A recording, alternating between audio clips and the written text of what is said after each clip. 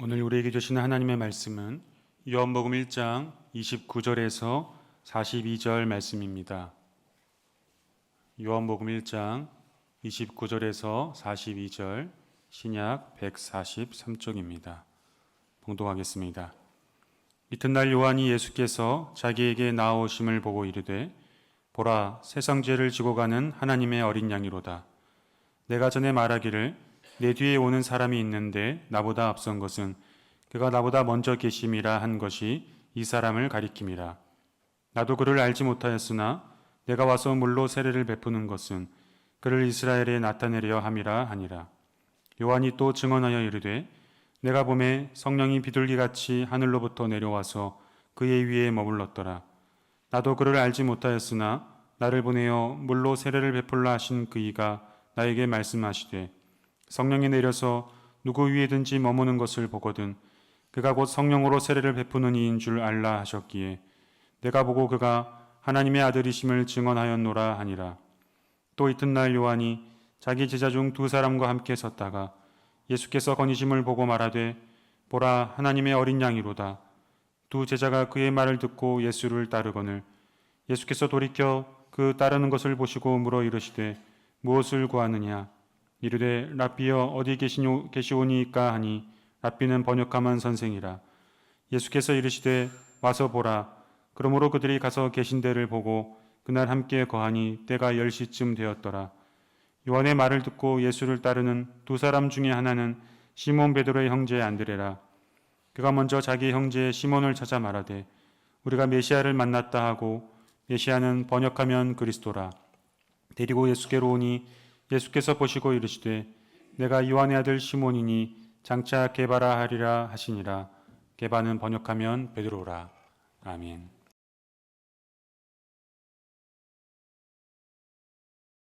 우리 갈릴리 찬양대 찬양과 같이 주님이 내 마음에 오심으로 여러분에게 기쁨이 충만하기를 간절히 축복합니다. 하나님의 기쁨은 그런 것입니다. 우리 주님과 함께 거하는 것, 그것이 우리에게 가장 큰 기쁨이요 인생의 소망이 되는 것입니다. 오늘 설 명절 이제 시작되는 주간인데 우리 사랑하는 교우들의 가정에 우리 주님이 함께 거하심으로 세상 근심 걱정 주님 앞에 다 맡기고 주님 앞에 기뻐하시기를 간절히 축복합니다. 가고 오는 모든 길과 또 부모 형제들 또 자손들 서로 만나고 돌아오는 모든 소식이 하나님의 평강이 되고 여러분이 그렇게 하나님의 복을 빌어주시기를 바랍니다. 우리 예수님을 믿는 사람에게는 하나님의 축복의 통로에 복이 있습니다. 여러분을 통해서 여러분의 가정과 또 이웃과 친척들 모두 하나님께 돌아오고 하나님의 은총을 덧입기를 주의 이름으로 축복합니다. 아무도 다친 사람 없이 명절 잘 마치고 또 다음 주일에 주일날 돌아오시길 바랍니다. 명절 때 이게 사고 나면 큰일 나요. 여러분들 가고 올 때에 늘 하나님이 지켜주시기를 간절히 바랍니다. 자, 우리 지난 주일에 우리 세례 요한이 누군가에 대한 말씀을 보았습니다. 세례 요한은 광야에서 이 낙타토롯을 입고 거친 음식을 먹으면서 살았습니다. 사람들에게 강력한 메시지를 전했죠. 회개하라. 이미 도끼가 나무 뿌리에 놓였으니 좋은 열매를 맺지 않는 나무마다 찍혀서 불에 던져 사르게 될 것이다. 아주 그냥 세례 요한이 아주 강력한 메시지를 증거했습니다. 사람들이 이 말씀을 듣고 이 세례 요한 앞에 몰려왔습니다. 그리고 세례 요한 앞에서 요단강에서 세례를 받게 되었습니다.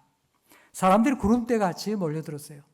세례 요한이 하나님 보낸 사람 같은데 무슨 얘기를 하는가 좀 들어봐야 되겠다. 사람들이 마구마구 몰려들었습니다. 자, 이렇게 되자 예루살렘에서부터 이게 이 사람이 도대체 누군가 알아보기 위해서 사람들을 또 보냈어요. 그리고 와가지고 세례 요한에게 묻는 것입니다. 당신은 누구시오? 당신이 그리스도요? 당신이 엘리야요? 당신이 그 선지자요? 이렇게 물었습니다. 그때 세례 요한은 이렇게 대답했습니다. 나는 그리스도가 아닙니다.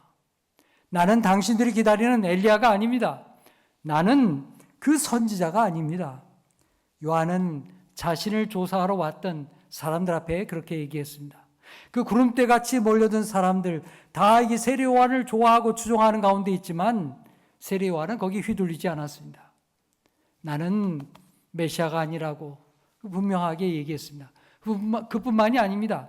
자기를 따르는 제자들에게도 그는 분명하게 그렇게 얘기했습니다. 나는 신랑 곁에서 예수님 곁에서 주의 길을 예비하는 그런 준비하는 들러리에 불과하다. 신랑은 예수님이라는 거예요. 자신은 그것으로 충분히 기쁘다고 충분히 만족한다고 그렇게 외쳤습니다. 많은 사람들의 환호가 있고 또 그를 추종하는 세력이 있었지만 그 인기에 휘둘리지 아니하고 그는 광야에 외치는 자의 소리가 되어서 주의 음성이 되어서 주의 길을 예비하는 사명을 잘 감당했던 것입니다. 자, 오늘 말씀은요, 그 세례 요한이 마침내 예수님을 소개하는 장면이 오늘 말씀에 나오는 본문입니다. 자, 우리 먼저 29절 말씀을 함께 읽어보겠습니다. 29절 시작. 이튿날 요한이 예수께서 자기에게 나오심을 보고 이르되 보라 세상 죄를 지고 가는 하나님의 어린 양이로다. 아멘. 여러분, 오늘 우리가 읽은 본문 말씀 우선적으로 보게 되면 29절, 35절 또 43절에 이르기까지 처음 부분에 이튿날 이렇게 시작이 되어요. 이튿날. 말씀을 이렇게 쭉 읽어 내려가면 이 날짜가 좀 잘 안 맞는다 이런 생각이 들 겁니다. 이 이튿날이라고 하는 것은 바로 다음 날을 가리켜 말한다기보다는 그 다음번에 일어난 사건을 이렇게 표현하는 것입니다. 그래서 이튿날 이렇게 연속적으로 복음의 사건들이 일어난 것을 우리에게 말하고 있는 것이죠. 요한은 예수께서 자기에게 오는 것을 보면서 사람들에게 외쳤습니다. 보십시오. 저분이 하나님이 보내신 세상 죄를 지고 가는 하나님의 어린 양입니다. 여러분, 우리가 누군가를 이렇게 사람들 앞에 소개할 때 말이죠. 그 사람 딱 보니까 얼굴 생김새가 어떤 동물을 좀 닮았어요. 아주 말상이네. 여러분, 어떤 사람은 고양이처럼 이렇게 생겼고, 어떤 사람은 또 이렇게 강아지처럼 보이기도 하고. 여러분, 설령 우리가 그렇게 좀 느낌이 왔다 성치더라도 많은 사람들 앞에 소개할 때 어떻습니까? 야, 이 사람은 말상입니다. 이 사람 보니까 이거 고양이처럼 생겼네요. 이렇게 얘기하는 법은 없지 않습니까? 근데 오늘 세례 요한이 뭐라고 얘기합니까? 오늘 세례 요한이 사람들 앞에 소개하면서 뭐라고 합니까? 하나님의 어린 양입니다. 이렇게 소개하는 거예요. 참 유별나죠? 우리는 양을 키우지 않기 때문에 양에 대한 이미지가 이렇게 굉장히 좋아요. 양 그러면 이렇게 털이 아주 복슬복슬하고 아주 예쁘고 또 인형 같기도 하고 그런 느낌이 우리에게 많이 있습니다. 그러나 실제로 양을 키우는 유목민들은 어떻게 생각하느냐? 양, 지저분해. 냄새도 많이 나고.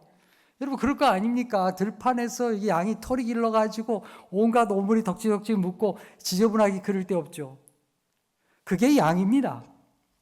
여러분, 구약 성경을 보게 되면 하나님께서 이스라엘 백성들에게 제사의 법을 가르쳐 줍니다. 그 제사법 중에 번제와 또 속죄의 제사들 이런 게 나와요. 그 제사를 바칠 때, 죄를 대속할 때에 사람이 죽을 수가 없잖아요. 그러니까 짐승을 바치는데 소를 바치기도 하고 또 양을 바치기도 하고 염소를 바치기도 하고 심지어는 비둘기를 바치기도 합니다. 그 형편에 따라서 그 짐승의 제물을 달리하는 겁니다.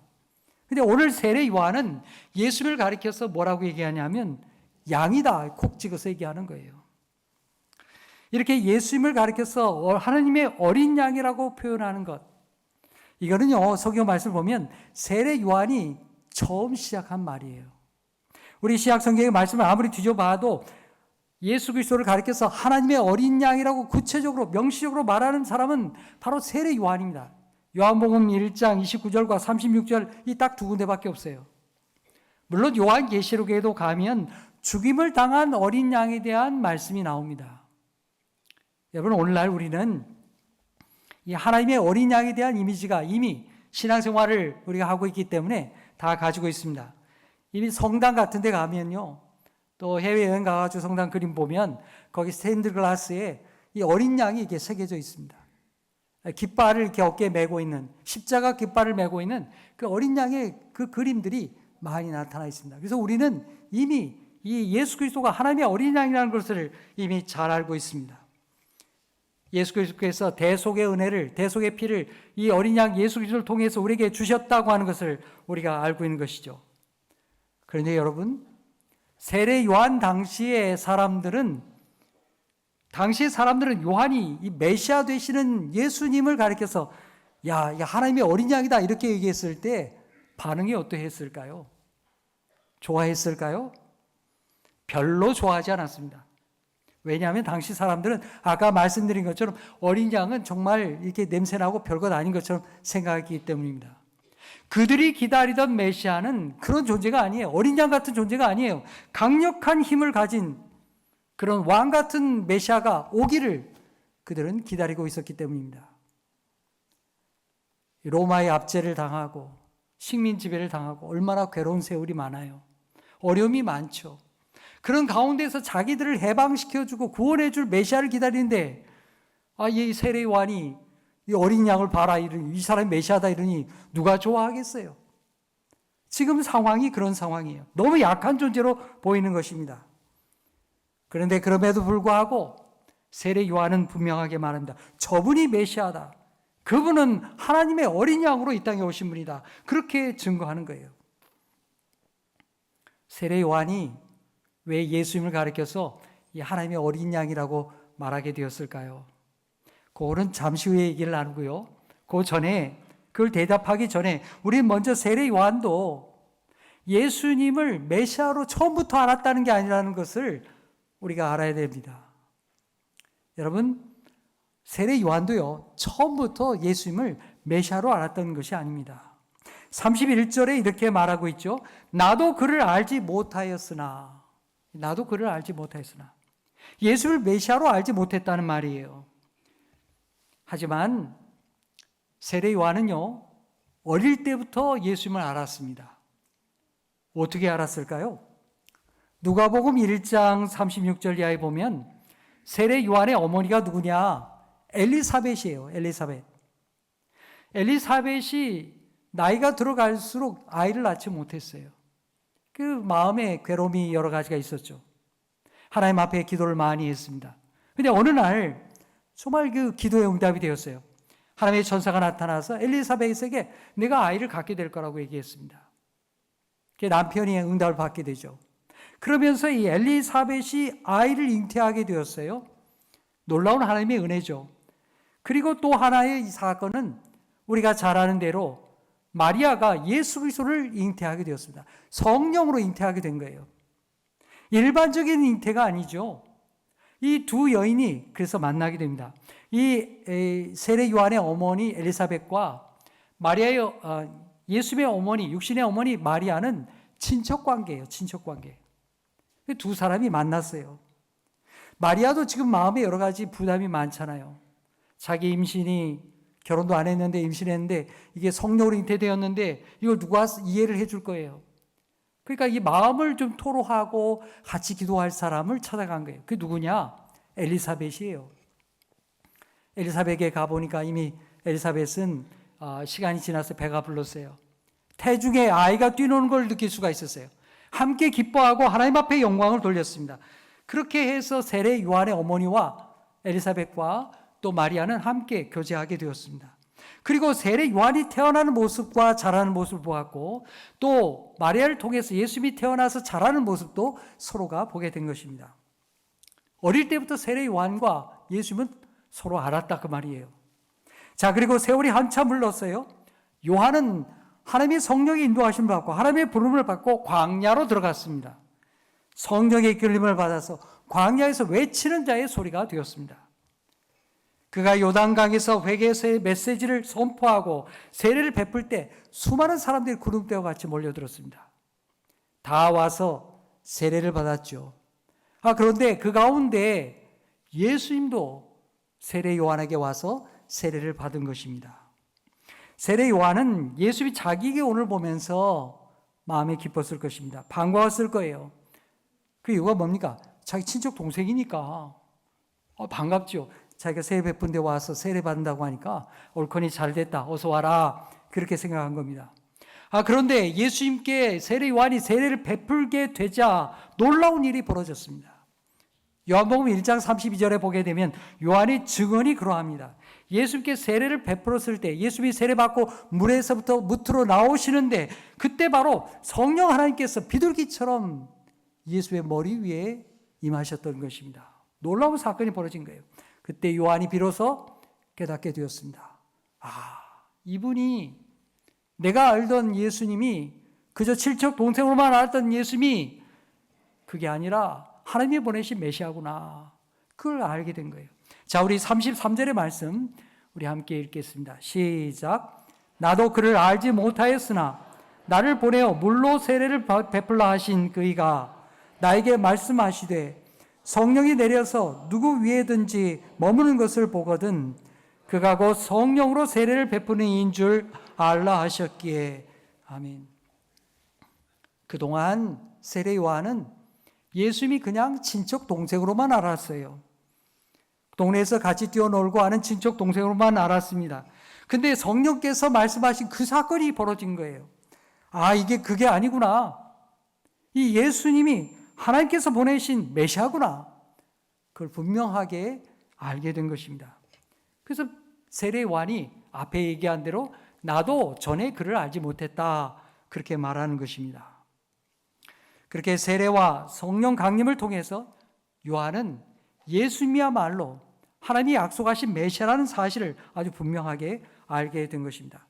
자, 그리고 35절 말씀에 보면 다시 이튿날 또 이튿날 이렇게 돼 있어요. 그때 세례 요한은 2명의 제자들과 같이 있었습니다. 그들은 이 요단강가에서 요단강가를 거니시는 예수님을 보게 되었습니다. 그때 세례 요한이 자기 제자들에게 말합니다. 보라, 저기 하나님의 어린 양이 있다. 하나님의 어린 양이다. 세례 요한은 계속해서 예수 그리스도를 가리켜서 하나님의 어린 양이라고 그렇게 말씀하고 있는 것입니다. 아까 우리가 처음에 했던 질문 기억하십니까? 왜 요한은 예수님을 하나님의 어린 양이라고 말하는 것입니까? 거기에는 두 가지의 뜻이 있습니다. 하나는 29절에 있죠. 앞에 한번 우리가 읽었지만 다시 읽어보십시다. 시작. 이튿날 요한이 예수께서 자기에게 나오심을 보고 이르되 보라, 세상 죄를 지고 가는 하나님의 어린 양이로다. 아멘. 예수님이 어떤 분이라고 말씀하고 있습니까? 예수님은 세상 죄를 지고 가는 하나님의 어린 양이라는 것입니다. 세상 죄를 지고 가는 거예요. 예수님은 속죄의 제물이 되기 위해서, 우리의 죄를 대속하기 위해서, 우리의 죄를 깨끗이 하나님 앞에 씻어주시고 막힌 담을 허시기 위해서 이 땅에 오신 하나님의 어린 양이라는 것입니다.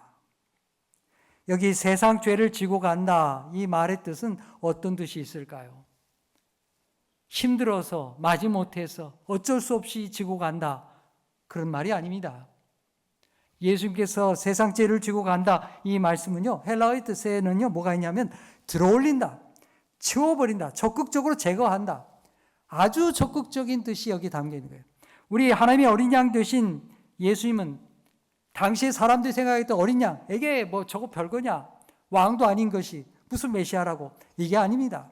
우리 하나님의 어린 양 되신 예수님은 우리 인생의 모든 죄와 짐을 담당할 수 있는 메시아로서 이 땅에 오신 분이다.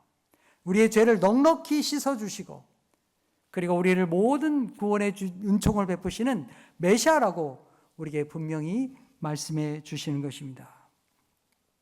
우리가 회개하고 돌이킬 때에 주님은 우리의 마음과 생각, 우리 가정과 삶에 있는 모든 죄악을 다 깨끗이 씻겨주시는 것입니다. 사랑하는 여러분, 우리 예수의 보혈의 능력을 분명하게 믿을 수 있기를 간절히 축복합니다. 또 하나가 있죠. 앞에 33절의 말씀과 같이 예수님은 성령으로 세례를 베푸시는 분이다. 그걸 우리에게 가르쳐 주시는 거예요. 세례 요한이 이걸 증거하는 겁니다. 여러분, 요한이 세례를 베풀었죠. 요한이 요단강에서 세례를 베풀었는데 이 세례는 도대체 뭡니까? 자기의 죄를 회개하고 메시아를 맞이하기 위해서 마음의 준비를 하는 그런 상징적인 행위가 있는 것입니다. 한마디로 메시아를 준비하고 맞이하기 위한 세례일 뿐이에요. 메시아 대신 예수님과는 구별되는 그런 주님 앞에 나아가기 위한 준비하는 세례를 베풀었던 것뿐입니다. 그런데 예수님께서는 어떻게 한다고요? 성령으로 세례를 베푸시는 분이에요. 예수 그리스도가 하나님의 아들이시기 때문입니다. 성령은 예수 그리스도의 영이시기 때문입니다. 하나님의 영이시요 예수 그리스도의 영이기 때문에 예수님께서 베푸는 세례는 성령의 세례입니다. 예수님의 세례는 성령의 세례이고 모든 믿는 자에게 그리스도 안에서 새로운 인생을 살아갈 수 있도록 성령의 기름 부음을 부어주십니다. 성령의 능력을 부어주시는 거예요. 우리 심령에 감화하고 변화하여서 영적인 변화가 일어나게 하십니다. 하나님의 자녀가 되는 권세를 주십니다. 나로 하여금 예수 그리스도를 주님으로 모시고 말씀으로 살아가는 능력을 베풀어 주시는 그 능력, 그것이 바로 성령의 세례입니다. 여러분, 성령 세례를 받으면 특별한 신비한 능력이 나타나고 꼭 그래야만 성령 세례 받은 것이 아닙니다. 예수 그리스도를 나의 구주로 영접하고 말씀의 능력으로 살고 예수 그리스도를 주 되심을 인정하면서 하나님의 다스림을 받은 것을 기뻐하며 살아가는 능력, 그것이 바로 성령 세례의 증거인 것입니다. 사랑하는 여러분, 우리에게 왜 예수 그리스도, 어린 양 되시는 예수 그리스도가 필요합니까? 우리의 죄를 치워버리고 제거하기 위해서 우리 어린 양 되시는 예수 그리스도가 우리에게 필요한 것입니다. 또 주님이 베푸시는 성령 세례를 통하여 주님을 모시고 뉴 라이프, 새 생명 가운데 살아가기 위해서 우리는 모두가 다 성령의 세례를 받은 사람, 성령의 세례로 살아가는 사람이 되기를 간절히 축복합니다. 하나님의 보호하심을 받는 거예요. 회개할 것뿐만 아니라 이제 내가 예수 그리스도를 믿음으로 말미암아 하나님의 보호하심과 하나님의 자녀됨의 능력을 힘입어서 성령으로 살아가는 것입니다. 사랑하는 여러분, 하나님의 어린 양 예수 그리스도께서 우리에게 성령으로 세례해 주시고 여러분에게 성령의 기름을 부어주시기를 간절히 축복합니다.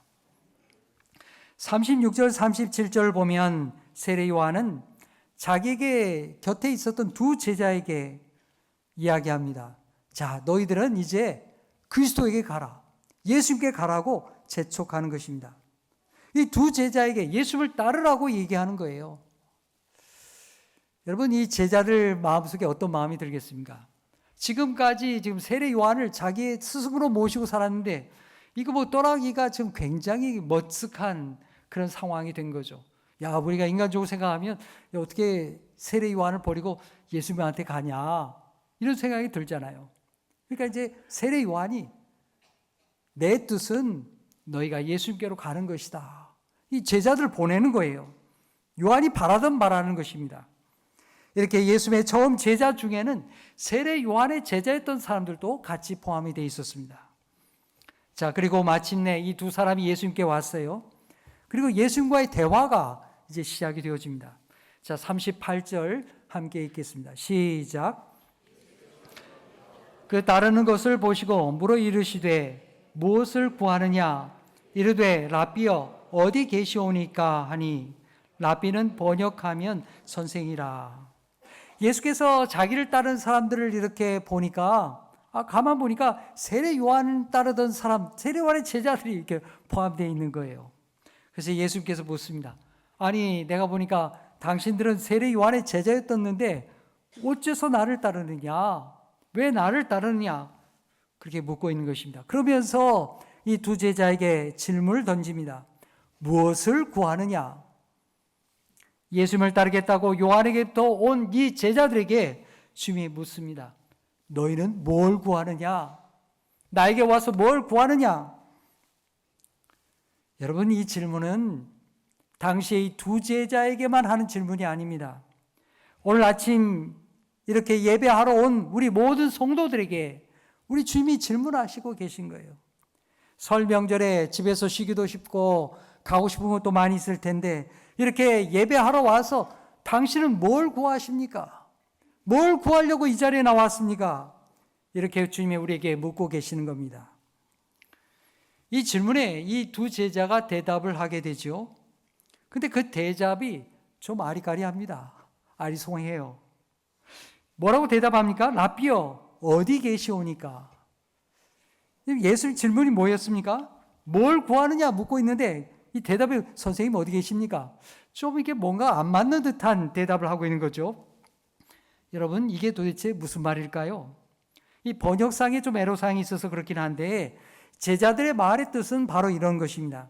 예수님, 그동안 우리는 세례 요한을 스승으로 섬기며 살아왔습니다. 광야에 살면서 세상과 단절하고 메시아를 기다리면서 우리 자신을 정결하게 위해서 무단히도 애쓰며 살아왔습니다. 근데 이제 요한의 말을 듣고 우리 예수님께 왔습니다. 예수님 머무시는 곳이 어디입니까? 예수님 계신 곳이 어디입니까? 예수님 계신 곳에 나도 있기를 원합니다. 주님을 더 알고 싶습니다. 이게 그들의 대답이었던 것입니다. 여러분, 이 두 제자의 신앙의 열심이 대단하지요? 사랑하는 여러분, 우리에게도 이런 신앙의 열심이 있기를 간절히 축복합니다. 올 한 해 이렇게 설을 맞이해서 또 새롭게 시작하는 여러분에게 이 두 제자와 같이 주님 계신 곳에 나도 있기를 원합니다. 이런 신앙의 열심이 여러분에게 있기를 축복합니다. 주의 말씀을 내가 더 듣기를 원합니다. 이렇게 예배하고 주님의 말씀을 가까이 하고 싶습니다. 그런 열심이 우리 모두에게 있기를 축복합니다.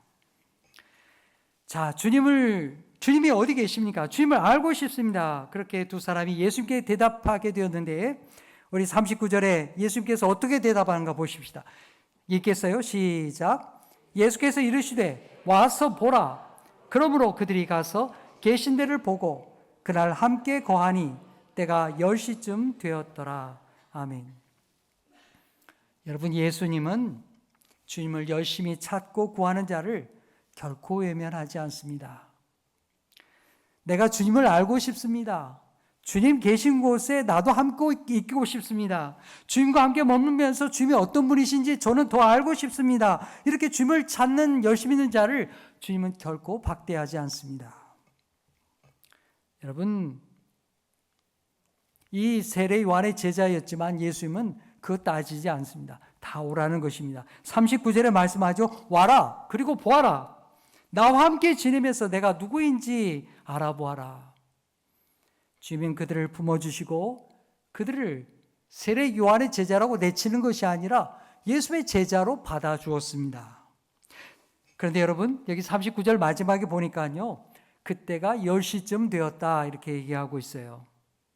여러분, 이 시간은 오늘날의 시간 10시가 아닙니다. 유대인의 시간으로 10시라는 거예요. 여러분, 여기 오후 이 10시는 언제냐면 오늘날로 하면 오후 4시쯤 되는 시간을 말하는 거예요. 사실 오후 4시면 오늘날에는요 한낮이죠. 앞으로도 뭐 장창한 시간이 남아있습니다. 어두워질 바 아직도 멀었어요. 밤이려면 아직 멀었습니다. 하지만 성경시대에는 이 오후 4시만 되어도요 활동이 많이 제약이 되었습니다. 오늘날처럼 불도 많이 없고요. 유대인들은 6시만 되면, 저희 6시만 되면 모든 일 다 끝나요. 어디 활동을 하지 않습니다. 지금 애매한 시간이 된 거예요. 4시가 되면 집으로 돌아가기도 애매한 시간이 되었고 가고고 할 수 있는 시간이 아닙니다. 그래서 그들은 그날 예수님이 계신 곳에 함께 유숙하게 되었습니다. 함께 지내게 되었어요. 요즘 말로 하면 뭐냐면 예수님과 함께 1박 2일. 여러분, TV 프로그램이 있죠? 1박 2일. 저도 그거 가끔 봅니다. 네. 아주 재미있잖아요. 1박 2일. 네. 1박 2일 하는 동안에 수많은 이야기가 벌어지잖아요. 그 밥 한 끼 얻어먹겠다고 막 게임을 아주 그냥 주구장창 하잖아요. 여러분, 1박 2일 짧은 것 같지만 그 안에서 엄청난 일들이 벌어지잖아요. 여러분, 예수님과 함께 1박 2일 하는 동안에 이 두 사람의 인생에 엄청난 일이 벌어지는 거예요. 단지 물리적 공간을 함께 있었다, 그게 전부가 아닙니다. 예수님과 함께 하룻밤을 지내면서 수많은 대화를 나누게 되고요, 그들의 인생이 전적으로 변화가 일어납니다. 예수님이 생각하는 것이 어떤 것인지, 예수님이 좋아하고 기뻐하는 것이 무엇인지, 예수님이 말씀하시는 하나님의 나라의 꿈이 무엇인지를 알아가기 시작하는 거예요. 사랑하는 성도 여러분, 여러분도 주님과 함께 1박 2일 하시기를 축복합니다. 네, 주님과 함께 1박 2일. 주님과 함께 1박 2일 거하면서 주님이 좋아하는 게 무엇인지, 주님을 알아가고 주님을 기뻐하고 하나님 나라의 꿈이 무엇인지를 배워갈 수 있기를 축복합니다. 그들이 1박 2일을 하면서 인생의 변화가 일어난 거예요. 새로운 삶이 시작된 거예요. 사랑하는 여러분, 올해 주님과 함께 1박 2일 하시면서, 때때로 1박 2일 하시면서 그렇게 하나님의 축복하는, 하나님의 기쁨을 누리는 은혜가 있기를 축복합니다. 여러분, 우리 교회학교, 여름성경학교, 겨울성경학교 하잖아요. 우리 청년들이 가서 1박 2일 하잖아요. 교회학교도 초등부도 이렇게 나가잖아요. 왜 그렇게 합니까? 1박 2일 하면서 주님의 은혜를 경험하는 거예요. 함께 모여서 말씀을 배우고 함께 기도하고 성령의 은혜를 충만히 배우고 그렇게 하고 돌아오는 게 바로 1박 2일입니다. 주님과 함께 동거하는 기쁨을 알게 되는 거예요. 그게 1박 2일의 축복이에요. 사랑하는 여러분, 주님과 함께 동거하며 나의 생명이 되셔서 찬송 부르잖아요. 주와 함께 1박 2일, 여러분이 앞으로 그것을 꿈꾸시기를 축복합니다. 주님과 함께 거하면서 마음의 생각을 알아가는 거예요. 주님의 관심을 알아가는 거예요. 여러분, 우리가 사랑하게 되면 어떻게 됩니까? 서로를 알게 됩니다. 그리고 배우게 되죠. 닮아가게 됩니다. 사랑하는 사람과 알게 되고 그 사람을 깊이 배우게 됩니다. 알아가게 되는 거예요. 그 사람이 뭘 좋아하는지, 무슨 관심을 갖고 있는지, 뭘 꿈꾸고 있는지를 알게 되는 거예요. 이 두 제자는 예수님과 함께 동거하면서 그 밤을 함께 지내면서 주님을 알게 되었어요. 주님의 관심을 알게 되었어요. 자연스럽게 주님을 배우게 되었던 것입니다. 그래서 여러분, 이 두 제자가 주님과 함께 거했던 것처럼 우리도 주님과 함께 거하는 사람, 주님을 기뻐하는 사람, 주님과 1박 2일 끝났다 이렇게 끝내는 사람이 아니라 주와 함께 일평생을 동거하며 기뻐하는 하나님의 사람 되기를 축복합니다. 날마다 주님을 닮아가고 주와 함께 동거하는 기쁨 가운데 거하시기를 축복합니다. 자, 이렇게 1박 2일을 마쳤어요. 날이 밝고 이렇게 또 새로운 시간이 다가왔어요. 예수님과 함께 1박 2일을 보냈던 이 사람들이 어떤 변화를 가져왔을까요? 우리 40절, 41절 읽겠습니다. 시작. 요한의 말을 듣고 예수님을 따르는 두 사람 중에 하나는 시몬 베드로의 형제 안드레라. 그가 먼저 자기 형제 시몬을 찾아 말하되 우리가 메시아를 만났다 하고, 메시아는 번역하면 그리스도라. 아멘. 요한의 제자였다가 예수님을 따르게 된 이 두 사람 중에 한 사람의 이름이 등장해요. 그 이름이 뭐라고 나옵니까? 시몬 베드로의 형제 안드레였다 이렇게 말하는 거예요. 이 안드레가 1박 2일을 마치고 주님과 동거한 다음에 그가 어떻게 행합니까? 자기 집으로, 형제에게로 달려가는 거예요. 시몬에게 달려가는 거예요. 가면서 뭐라고 합니까? 시몬아, 야, 내가 어젯밤에 말이지 예수를 만났어. 메시아를 만났다고. 내가 기다리던 그 메시아를 만났다고. 안드레는 그렇게 예수님을 증언했습니다. 세례 요한이 예수님을 만나면서 여기에 하나님의 어린 양이 있다고 외쳤던 것처럼 여기 안드레 또한 자기 형제에게 가가지고 여기 예수님이 계시다고, 예수님이 우리가 그토록 기다리던 구세주 메시아시라고 그런 증언했다는 사실입니다. 그게 충만한 기쁨이 있었기 때문입니다. 사랑하는 여러분, 주와 동거하며 여러분에게 충만한 기쁨이 있기를 간절히 축복합니다. 여러분, 우리 인생에 많은 어려움들이 있잖아요. 영적인 목마름, 갈급함, 우리 인생에 해결되지 않는 많은 문제들, 주님과 1박 2일을 하면서 그 모든 것이 다 풀어지고 하나님의 돌보심을 받고 새 힘을 얻는 하나님의 능력이 여러분에게 임하기를 간절히 축복합니다. 이제 말씀을 맺겠습니다. 세례 요한은요, 예수님이 세상 죄를 지고 가는 하나님의 어린 양이라는 사실을 알게 되었습니다. 그래서 자기 제자들을 보내는 거예요. 주님이 그들에게 물었죠. 너는 뭘 구하려고 내게 왔느냐? 사랑하는 여러분, 이 질문을 여러분이 마음에 새길 수 있기를 바랍니다. 나는 뭘 구하기 위해 예수님 앞에 왔습니까? 주님 계신 곳에 나도 있기를 원합니다. 주님을 알고 싶습니다. 주님을 닮아가기를 원합니다. 주님과 함께 동거하며 나에게 성령의 은혜를 베풀어 주시기를 원합니다. 이것이 여러분의 기도가 되기를 축복합니다. 성도 여러분, 주님은 우리를 누구든지 다 오라고 하십니다. 주님과 함께 1박 2일을 하면서 성령의 충만함을 받기를 원하시는 것입니다. 이 말씀에 응답했던 안드레와 같이 사랑하는 여러분도 주와 함께 거하시기를 간절히 축복합니다. 그래서 여러분에게 있는 모든 인생의 목마름이 해결되고 주님을 닮아가는 하나님의 은혜가 있기를 축복합니다.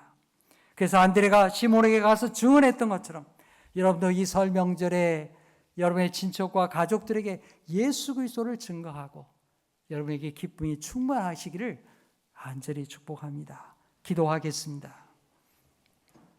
하나님 아버지, 우리를 하나님의 어린 양 예수 그리스도께 인도해 주시니 감사합니다. 예수님이 하나님이 보내신 구세주란 사실을 우리로 확실히 믿고 주님 의지하며 살게 하여 주옵소서. 우리에게 너는 무엇을 구하느냐 물으시는 주님, 우리는 사실 이 땅을 너무 힘겹게 살다 보니까 뭘 구하는지도 알지 못하고 그저 바쁘게 살아갑니다. 주님, 저희로 세상에 얽매여 사는 자가 아니라 주님의 말씀을 따라 살게 하시고 성령으로 충만한 인생이 되게 하여 주시옵소서. 와서 보라, 우리를 부르시는 주님의 음성을 듣고 주와 함께 동거하며 주님의 인도하심을 받게 하여 주시옵소서. 주와 함께 거하는 기쁨이 충만하여서 이 복음을 우리 가족들에게 전하게 하여 주시옵소서. 예수님의 이름으로 기도하옵나이다. 아멘.